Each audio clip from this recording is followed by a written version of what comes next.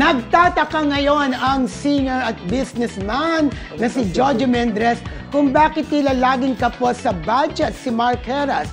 Ayon kay Jojo, ilang beses na raw niyang natulungan si Mark sa mga gastusin, ngunit napapaisip siya kung bakit tila parang bula na lang itong nauubos. Roll BTR.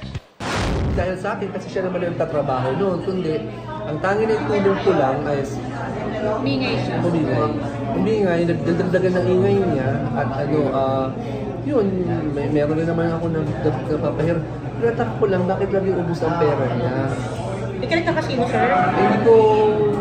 Hindi ko alam kasi personal na yun, pero yun nga, laging ubos. Pero nung nakita kayo sa casino, tumayanin ba siya? Oo. Hindi, pera ko yun. Pera. Pera ko natin. Pinag-play ko siya, at whatever na mapadalunan niya, kanya lahat yun. Hindi ko yun, ano ba, mag-play siya ng gano'n, bawa 100,000, 50,000, matalo yun. Kung manalo yun, lahat kanya yun. Never akong, ibalik mo yung kapitalo, walang gano'n, lahat kanya yun. Hindi mo ba natanong sa kanya bakit lagi siyang walang pera? Tinatanong ko sa kanya. Ang sabi niya sa akin, iniwan ko sa family ko, iniwan ko sa asawa ko, wala akong pera, binigay ko sa wife ko, laging ganun. Baka naman din binibigyan niya sa Ay, sana, mas mabuti yun. Wala namang masama. Oo, mas mabuti.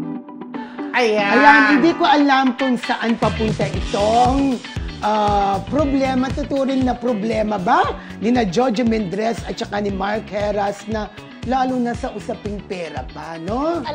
Parang feeling ko kaya parang nauubusan ng pera si Mark, kung totoo man. Kasi nga, di ba ginagawa yun? Nakalipat na yata sila eh. Parang tapos na rin yung bahay. Nakita ko sa vlog yung bahay na malaki. Maganda. Maganda yung Pero bahay. ang sabi Parang, di umano, di ba, ang sabi nga, meron inutang na malaking halaga kay Jojo. Oy, na-discuss nga natin kahapon na sabi natin. Pero nga, ito yung continuation lang na, eto nga, di ba, kung bakit laging kapos. Tama ka nga kasi may pinapagawang bahay. Pero sabi nga ni Jojo, kung halimbawa sa pamilya, sa bahay, napupunta yung perang yon, wala namang problema, di ba?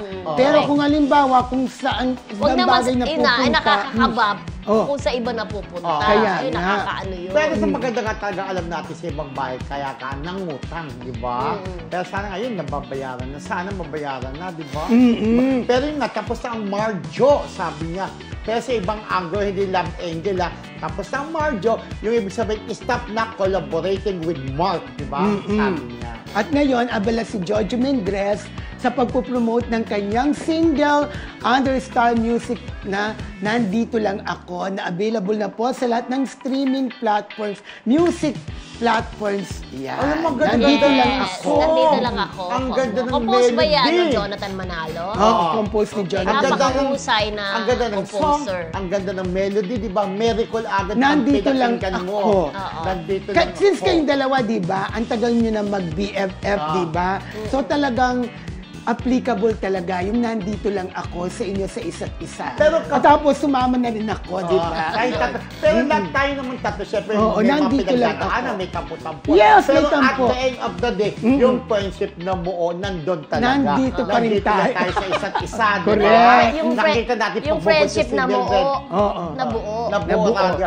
Nabuo yung ano. Parang kasi nakakatakot yun na mo, Nabuo. parang blood Kapag clot eh. bago ka, di ba, bago ka nagkaasawa, meron kang invested. Nabuo yun. Oo, kaya marami na makaka-relate. Pagmamahalan. Oo, marami makaka-relate sa kanta ni Jojo na Nandito Lang Ako. Pwede sa lovers, pwede sa Iba-iba. friendship.